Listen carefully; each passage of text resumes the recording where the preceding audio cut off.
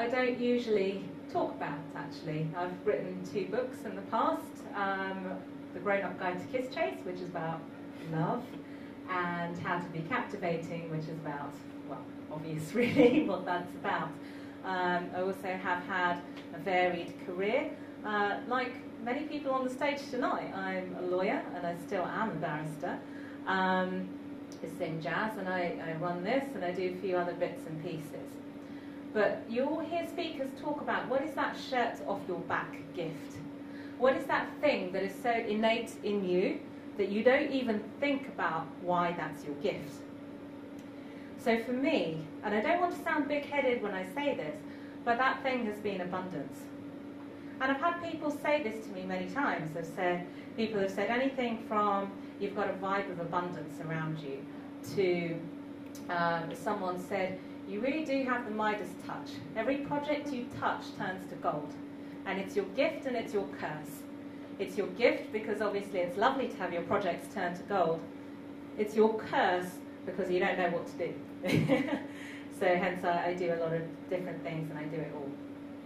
So I have had people ask me also, how is it that you cultivate that abundance mindset? Now, as I say, I teach about the other topics, the being captivating and the how to find love and all sorts of other things, because I have a personal story around that. And very often, you know, that's a story of pain that I've been sharing. So my story around those topics is how to overcome adversity and get to the stage where, you know, you don't feel as much adversity around that anymore. My story around abundance is very different.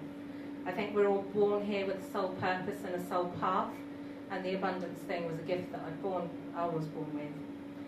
I say that, for a start, we'll look at my family, where we see all signs of abundance.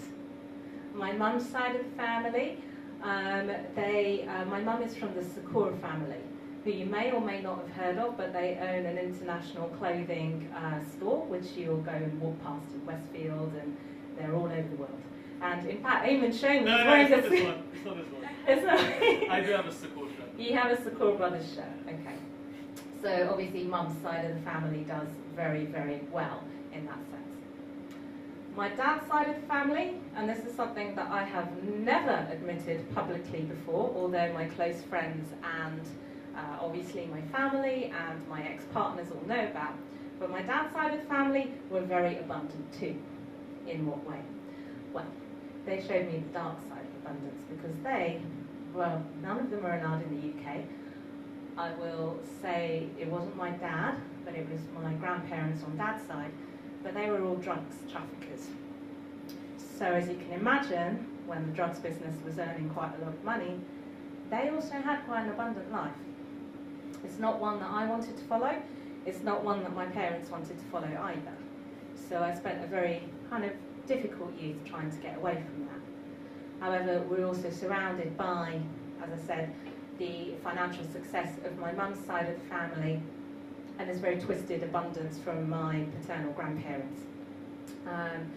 However, apart from giving me the family journey, Dad also left me with some really valuable lessons. So I know that our parents are responsible for a lot of the beliefs that we carry into our adulthood. And my dad's no longer with us, which is very sad. But one thing that I'm really, really grateful to him for is he really nurtured the abundance mindset in me as I was growing up. And it's one of those things that when I've been asked, how do you do it? How is it that all your projects turn to gold? How is it that you have many talents and you can seem to sing jazz, or you can seem to defend people in court, or you can seem to help people find a great relationship? Well, I'm going to share with you how I dissected that I do that. And I'm not going to say it's all about saving money and investing in the right shares and all that kind of thing, so don't worry, that's not part of the story tonight. I have a few more principles that I'm going to share tonight. I'm going to share with you about 3 or 4 and see how many we have time for. The first one that I wanted to share, and this really does come from my dad, is what money stories are you running in your head right now? And a lot of them come from our childhood. As though we don't know that they stay with us, but they do. So in some religions and some families, you may have heard money is the root of all evil. You may have heard your parents go, money doesn't grow on trees. And all sorts of other things that are nice cliches about money and what we do with it. Now, how was I raised? I was an only child, and I was Daddy's girl. So yes, you could say I was a little bit spoiled. But whatever I wanted was no problem for Dad. He said to me, Shay, where do you want to? He didn't call me Shay, but anyway, for the story he did. Shay, where do you want to go on holiday? I said, Dad, I really want to go to Japan. Not a cheap trip. But Dad took me to Japan. What was his response? Yeah, we'll go to Japan. We need to do it in 4- or 5-star hotels though, because can't survive in anything less than that. Not me, that was Dad's view. So he did that. When we were growing up, any mod cons that we wanted in the house, no problem. Dad would get them. I remember when my mum wanted a loft conversion, it wasn't like, oh my God, how much is this going to cost? It was like, great idea. That'll create more space in this house. So I very much grew up with this idea that anything that I wanted, I could have. All I needed to do back then was ask for it. Now I have other stories around my dad and how I had to, in adulthood, nurture them for myself. Obviously, he's not with us anymore, so it's not as easy for me as going, Dad, can I have this? Now, I'd learnt from a very young age that, I needed to do that for myself. But he really did provide me with the mindset that all I needed to do was want it. All I needed to do was want it. And that's what I took with me to adulthood. So when I fancied learning to sing, for example, it really was as random as that. It was New Year's Day or New Year's week, and I thought, do you know what, I fancy singing on stage. Let's go get some lessons. The event where I met Eamon, Awesomeness Fest, I went the year before to Hawaii. One of my good friends, Jolene, invited me there. It's about a week or two before the event. Do you fancy coming to this event in Hawaii? Yeah, okay. There was nothing ever goes through my mind that's a no. In fact, anything that's a no gets deleted. So check in with your money stories. Not everybody is raised in that way, and I'm really aware of that. So what things have you got from your parents, got from the people that taught you over the years, that you say to yourself? The first step to conquering that, if it's negative, and it might not be, but the first step to conquering that is just the awareness that you have it. And once you have that awareness, you're then in that place that you can then let it go. And if you want some more around how to do that, then obviously come and speak to me. Excuse me. So the second thing I'm going to talk about is really picking up on one of Marina's points, and I love that. And it's about attachment and having attachment to things. So how I'm going to apply this to money is just don't be attached to where it comes from. Now, it sounds a very strange thing to say, but you could be working really hard in a career, for example, as a lawyer. Or I'll take it back to my books. When I wrote The Grown-Up Guide to Kiss Chase, yes, I knew every step on how to find love on a kind of logical head level. Did I really feel congruent with that? At the time, no. I was in a relationship that kind of sucked. And I didn't really feel great about going out and selling that book. And then something in my head is wondering, okay, so, why is this business not working out? Well, once I let go of the attachment to Grown-Up Kiss Chase, ever making it as a business, and I thought, okay, so what do I really feel congruent with? Something like how to be captivating. Things really started to flow. The reason why I got my publishing deal for my second book is because the first book was already out there. And all sorts of other opportunities that I would have killed for, well, not quite killed for, but all these other opportunities that I would have really valued when I wrote Grown Up Kiss Chase, started to come in with how to be captivating. It's the same thing with running this event. So before we ran Inspired, I used to run a stand-up comedy club, and I used to run a jazz club. And I always had that ethos that I really want people to come to a place where they feel really safe, that they can share, their creative talents, their comedy material, their voice, their heart, their soul. And those businesses didn't last. The comedy club, when we closed it up, we had amazing reviews in Time Out and all that sort of thing. But between the 8 of us that ran it, at the end of the day, we had £50 to show to our name. And the jazz club, again, successful for a little while, but didn't last. Now, this is just a very different event, and the way that this has come about has just been created really in flow. And then you understand why you've had those experiences that you've had in the past. So if you let go of the attachment, I mean, imagine if I'd been attached to really making a successful comedy club. I love comedy, but it's not my passion, you know. So, but now, like 7 years later, I understand why the hell it was that God gave me that experience of doing that. So I could come to this place, and so that I could not be attached to that thing that I thought I wanted back then. Third principle I'm going to share is that of really serving people from the heart and how that can serve you. For this, I'm going to use a story that I've had as a barrister, and this is quite a recent example. I had a client of mine who was, so as a barrister you get work referred to from solicitors, and this particular client was a man in a highly stressed out space.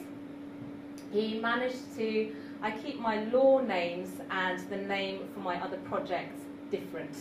Okay, so my law name is Shay Allie, it's my full name, my birth name, and then I've tweaked my name a little bit, so the name that you're probably friends with me on Facebook under, and the name of my books and the singing and all that is a different name. And I keep it deliberately separate because the world of law is not always so accepting when you do extracurricular activities. Now, for that particular client, he happened to find out about my extracurricular activities. I think he found out something about how to be captivating and a bit of healing work that I do. Well, he hit the roof. He said to my solicitor, you know, who the hell is this woman? He didn't like the fact I was a woman either, you know, that you've got representing me in this case. But get rid of her, I want someone else. That wasn't a great thing to hear from the solicitor, because he got in touch with me and he's like, you know what, I'm going to keep you on the case, but you really need to not have all this stuff on the internet and take it away. Well, what did I do? I thought, I'm going to forget about all that. I'm going to forget about how he feels about me. I'm going to forget about what he said. And I'm just going to really serve him from the heart. Now, this is a man who's really in pain right now. He was going through a messy divorce on his third marriage. And I thought, you know, none of this stuff is really to do with me. So I'm going to come to court. My intention is to really look after him, get him the best possible result that I can get, and get a great settlement at the end of the day. Well, what happened when I came from that place is something that I just did not expect. At the end of the case, which was concluded in about 3 hours, and negotiated my arse off and got him a really good settlement, he came up to me and he actually admitted that he made those comments to my solicitor, and he said, you know what? He said, I showed my new wife, he'd been married, this is marriage 4 now. He said, I showed my new wife your website, and she's a Reiki healer. And she said there's something really special emanating from that woman. So don't you dare sack her. She'll do she'll do a good job for you. And then he said, I also showed my mum, and she said a very similar thing. And I can see now that they were right. And I'm actually going to write to that solicitor and apologise for my behaviour, because you've done an excellent job.